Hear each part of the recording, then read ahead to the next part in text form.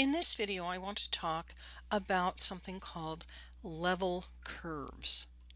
This basically gives us a different perspective on working with surfaces. Functions with two variables give me surfaces in R3 space, but I can also represent these functions by creating a set of lines that correspond to x and y values, but all have the same z value. This means that all of these lines will lie parallel to the horizontal plane. These lines are commonly called contour lines. The spacing of the contour lines indicates how quickly the vertical values are changing. Contour lines that are spaced closely together indicate a faster change in vertical direction. This particular method of representing three-dimensional surfaces is how things like topographic maps are created. Weather systems and thermal imaging also use these level curves to represent data.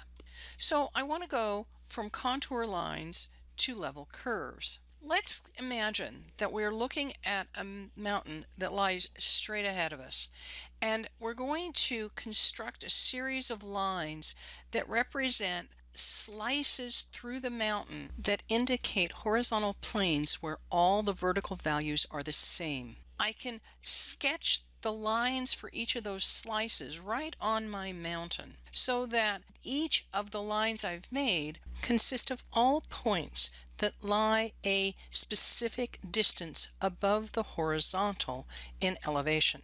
Now imagine that I've changed my perspective on this mountain and I'm looking directly down on top of it and only seeing the lines that represent my slices.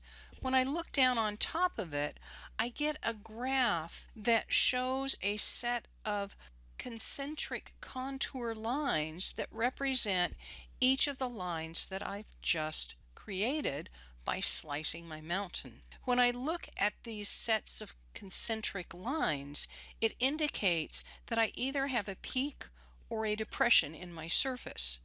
But unless I have some specific information about what the value at each line is, I cannot tell you whether it is a peak or a depression. Because I'm looking at a mountain here, I can guess that my level curve represents a peak, but it could just as easily represent looking at a large quarry or an open pit coal mine. Let's work an example. I want to graph several level curves or contour lines of the function z is equal to e raised to the negative x squared minus 2y squared power.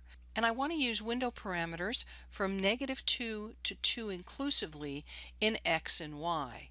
I'm going to also label at least 2 of the level curves I construct with their respective z values so that I can determine whether my z values are increasing or decreasing. The level curves for this function will give me concentric ellipses in the xy plane. Each curve represents an increase in the z value of approximately 0.1 units.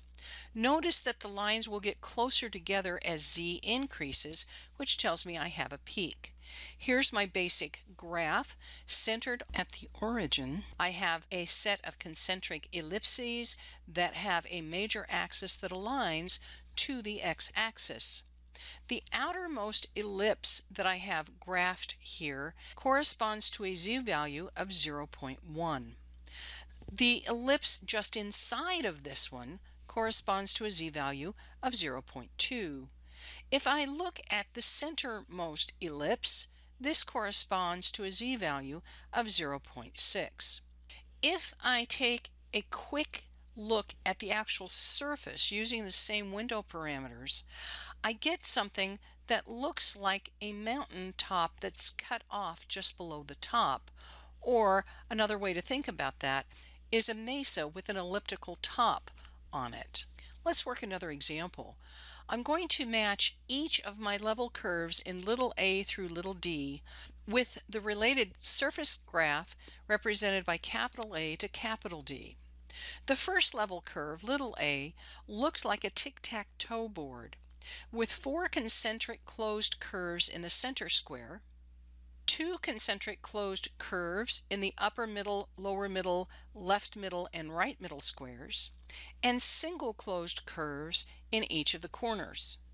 The second level curve B resembles two sets of nested hyperbolas, one of which has a transverse axis that roughly aligns to the equation y is equal to x, and the other is a set of nested hyperbolas with a transverse axis that coincides with the line y is equal to negative x. The third graph is a graph showing four vertical asymptotes with a pair of nested arches between each pair of asymptotes.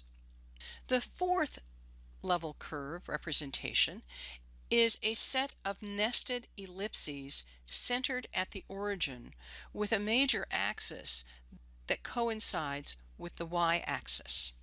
The first surface curve I'm shown, capital A, looks like a set of three mesas lined up in a row with an equivalent depression between each of them. The second surface plot resembles an elliptical shaped mesa with a flat elliptical top on it. The third surface has a maximum central peak located at x is equal to 0, y is equal to 0, and z is equal to 1. This is surrounded by four depressions with minimums located at negative 2, 0, 2, 0, and at 0, 2, and 0, negative 2, and a minimum value at each of negative 1/2. There are also four locations with a local maxima of z is equal to 1/2. These are located at the points 2, negative 3, 2, 3, negative 2, 3, and negative 2, negative 3. The fourth surface is a surface that has two maxima located at negative 4, negative 3, and negative 4, 3, and minima located at negative 3, 4, and 3, 4.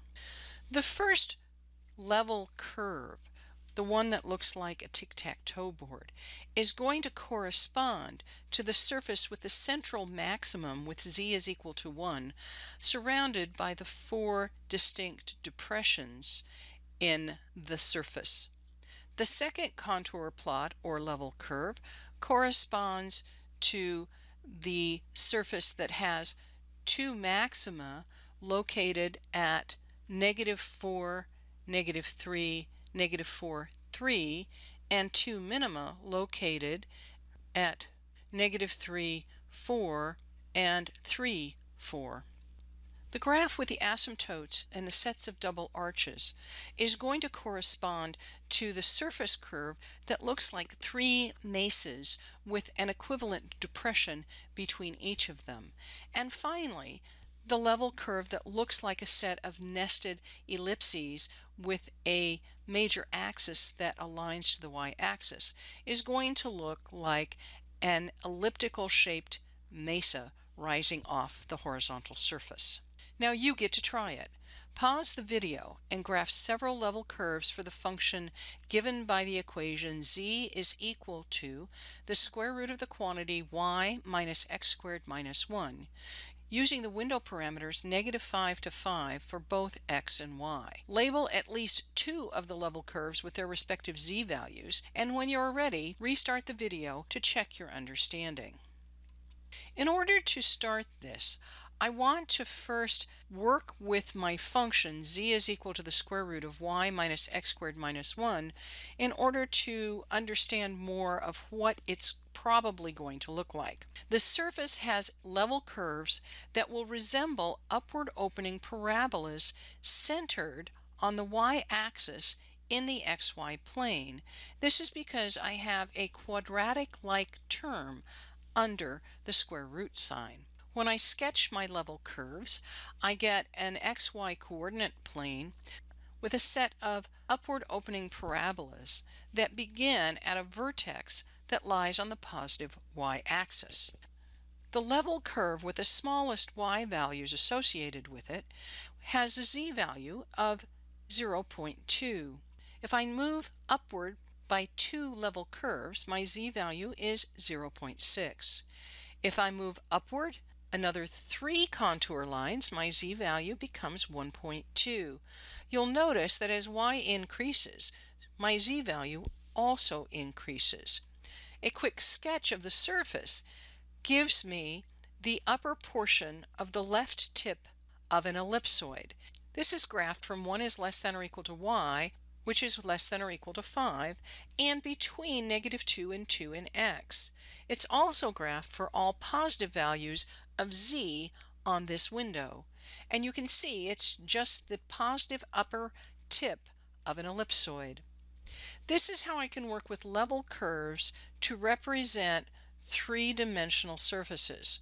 These level curves can be somewhat easier to sketch, and they can help me visualize what's happening with my three-dimensional surface as I analyze the z-value when I move from one level curve to the next. Be sure and let me know if you have any questions.